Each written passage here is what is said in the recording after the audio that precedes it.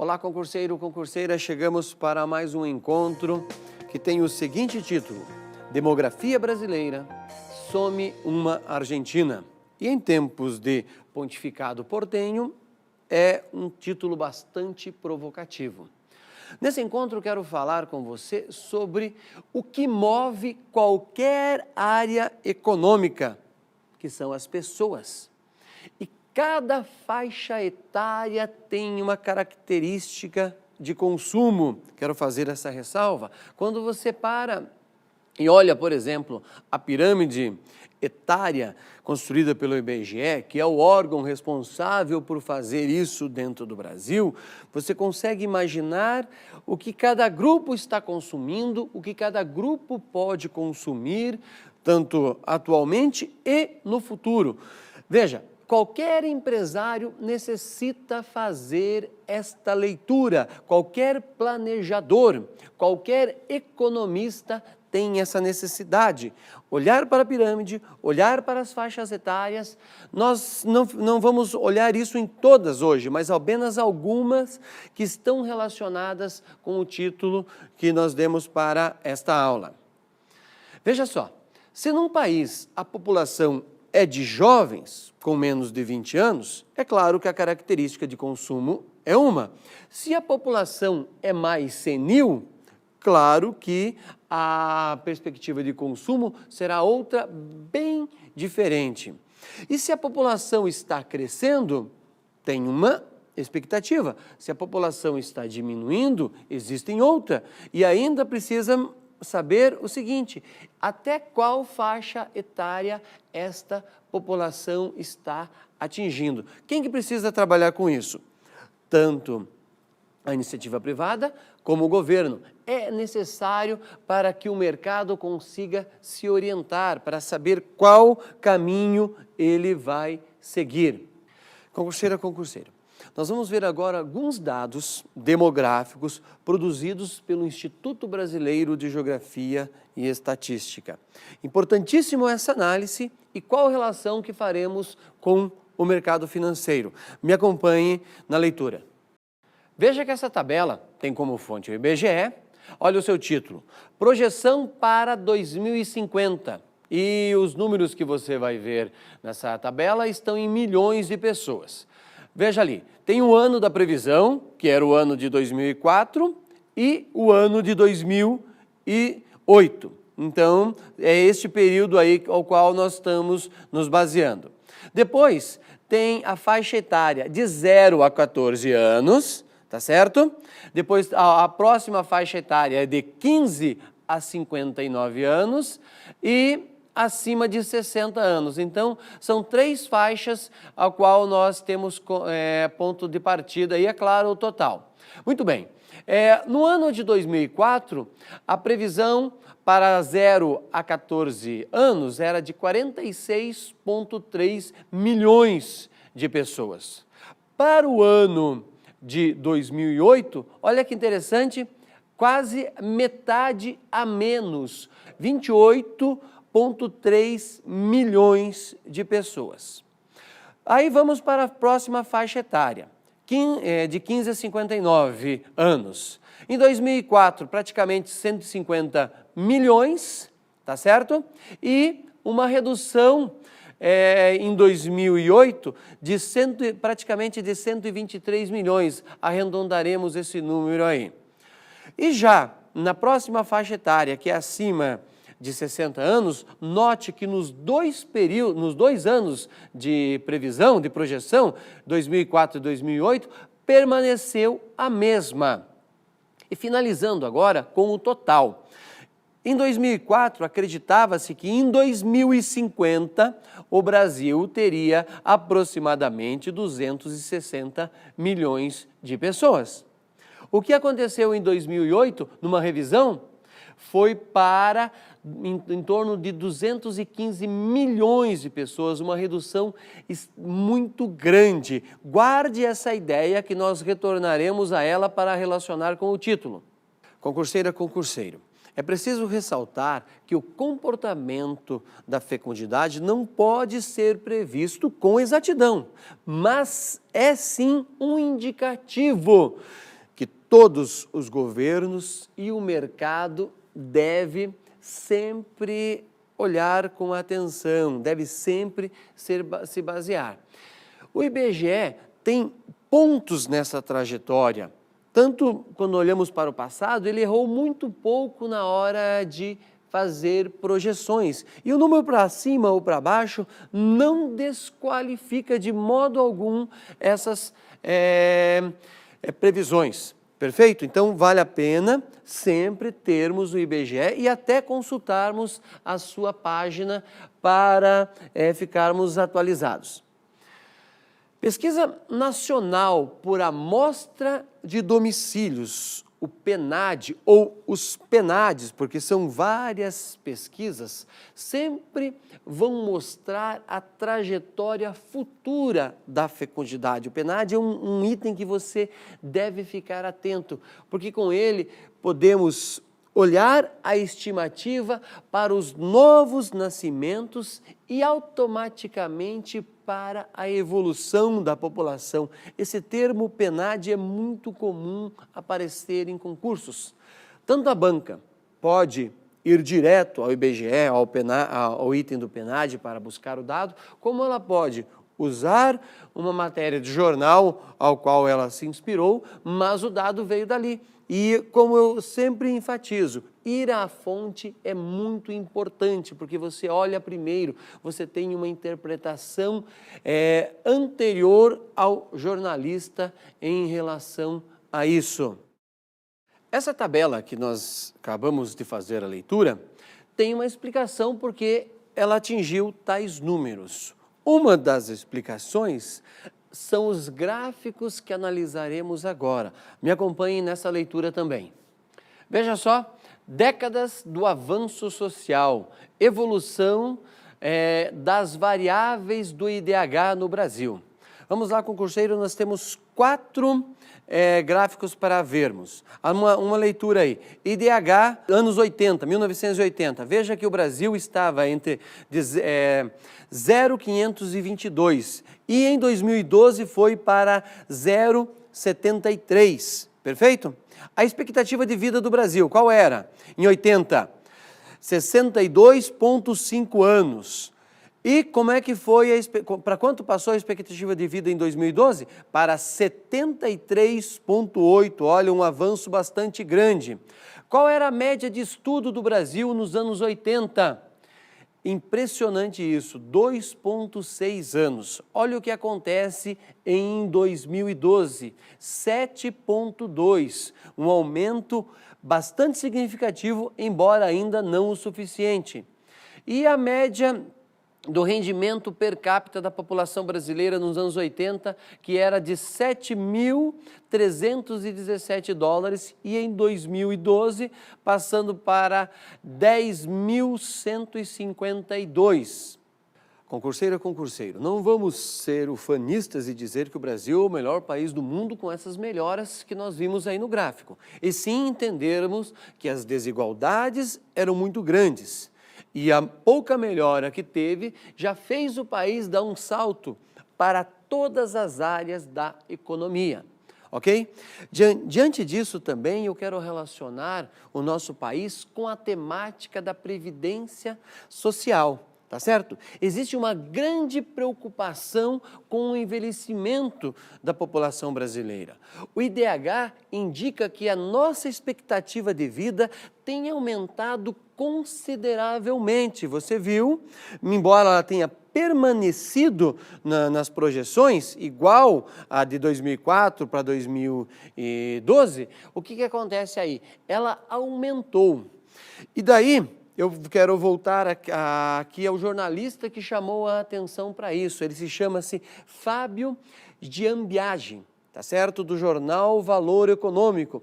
Ele foi um dos que mais tem levantado essa questão nos últimos tempos, e os outros economistas vêm a reboque nesse sentido. Eles têm olhado para a ideia da demografia como um ponto importantíssimo.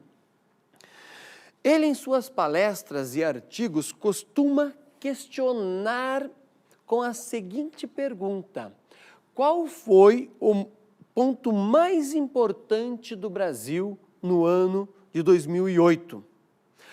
E quando ele levanta essa pergunta numa plateia, todo mundo acaba dizendo que é a crise, que foi a crise que se instalou em todo o planeta. E isso foi importante para o Brasil. É natural até que se fale disso, porque a imprensa deu muito valor a este ponto da economia, que eclodiu neste momento em todo o planeta.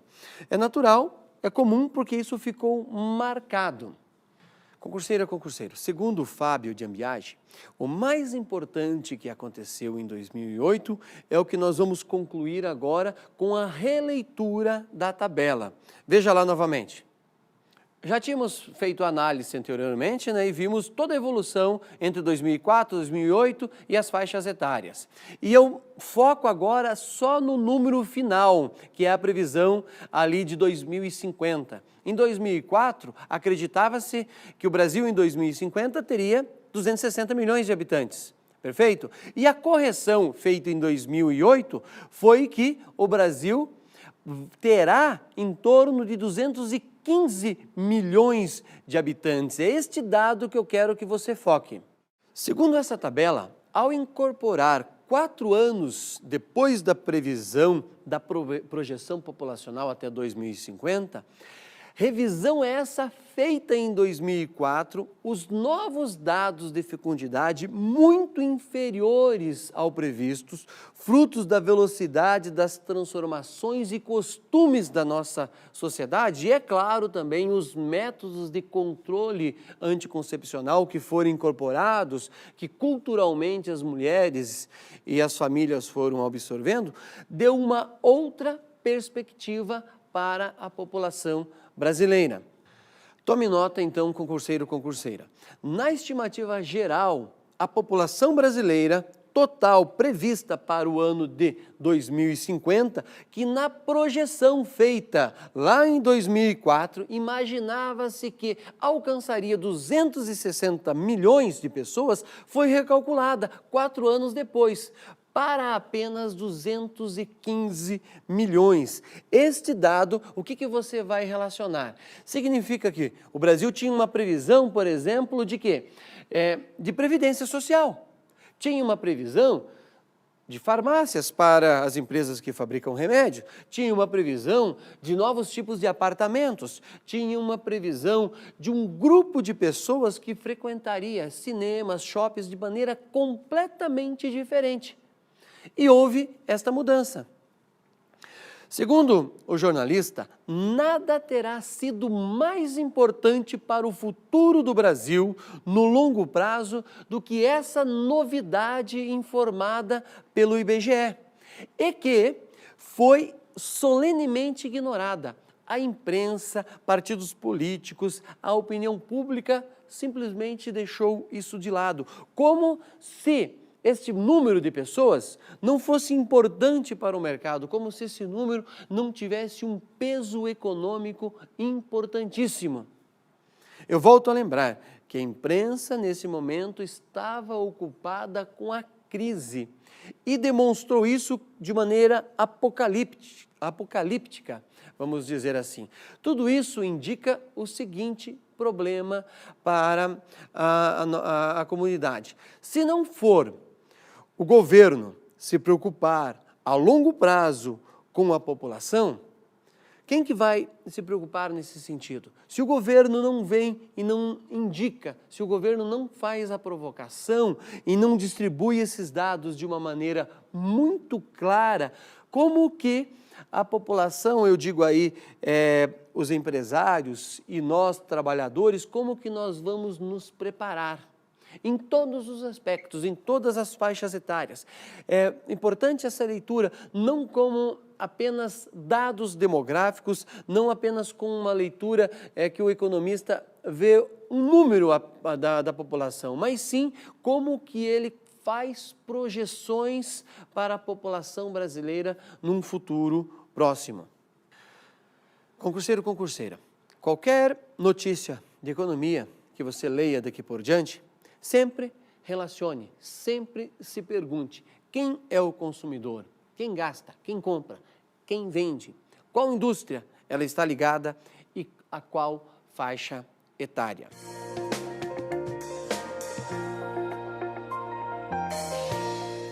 Agora, concurseira, eu tenho uma questão para analisarmos relacionado a este tema. Veja só, o enunciado é bastante curto. Observe o gráfico a seguir. Olha só, o gráfico tem o seguinte título: Fecundidade, evolução da taxa de fecundidade no Brasil, em filhos.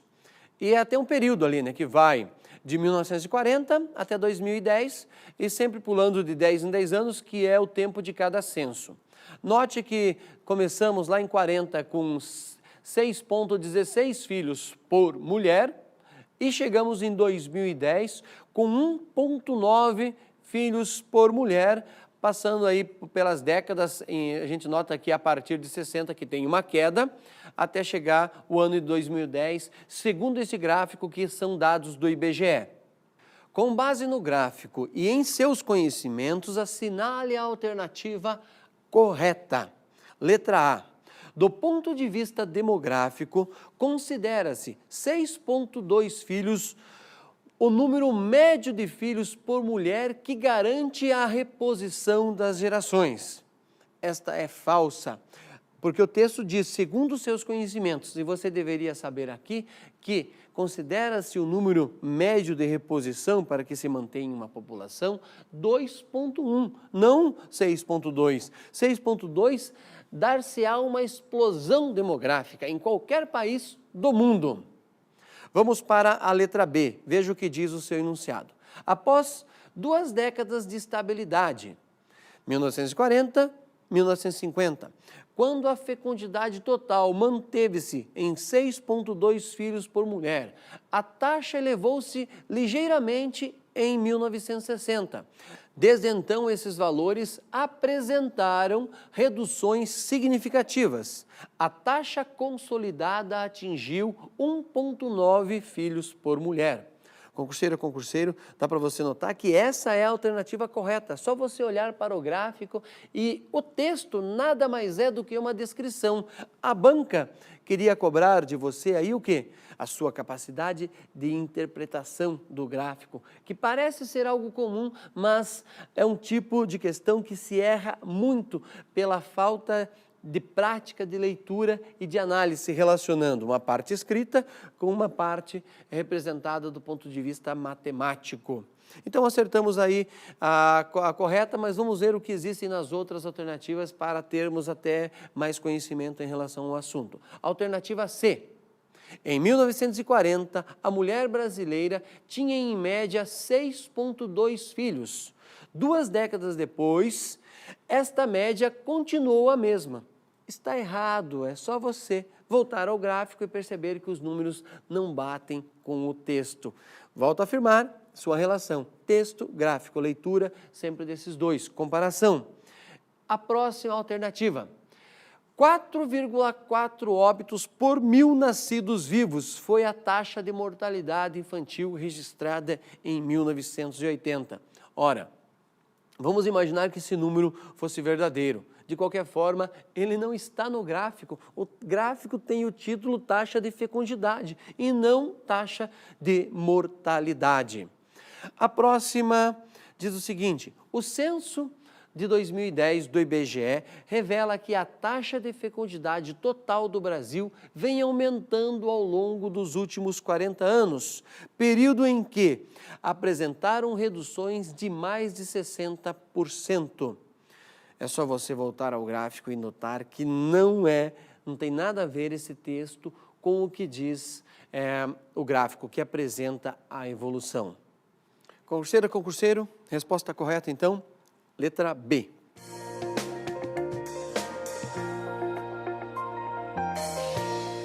O que eu tenho para você em relação a este tema? IBGE. Sempre vá ao IBGE, www.ibge.gov.br. Abrindo essa página, você vai ter vários links do lado esquerdo e terá também, tanto na parte superior, inúmeros temas, tanto de população, economia. Tudo isso, se você ler primeiro ali, você vai notar que sempre se reproduzem nos jornais. O IBGE lança no seu site, os economistas, os jornalistas fazem a leitura e reescreve. Se você ler primeiro, reforço aqui, você tem a notícia sem um filtro, sem a interferência, sem uma interpretação. E o que você vier a acumular depois só vai ser um ganho. Vale a pena consultar o IBGE, você vai com certeza ampliar os seus conhecimentos. Aqui me despeço desejando, como sempre, uma ótima prova e bons estudos.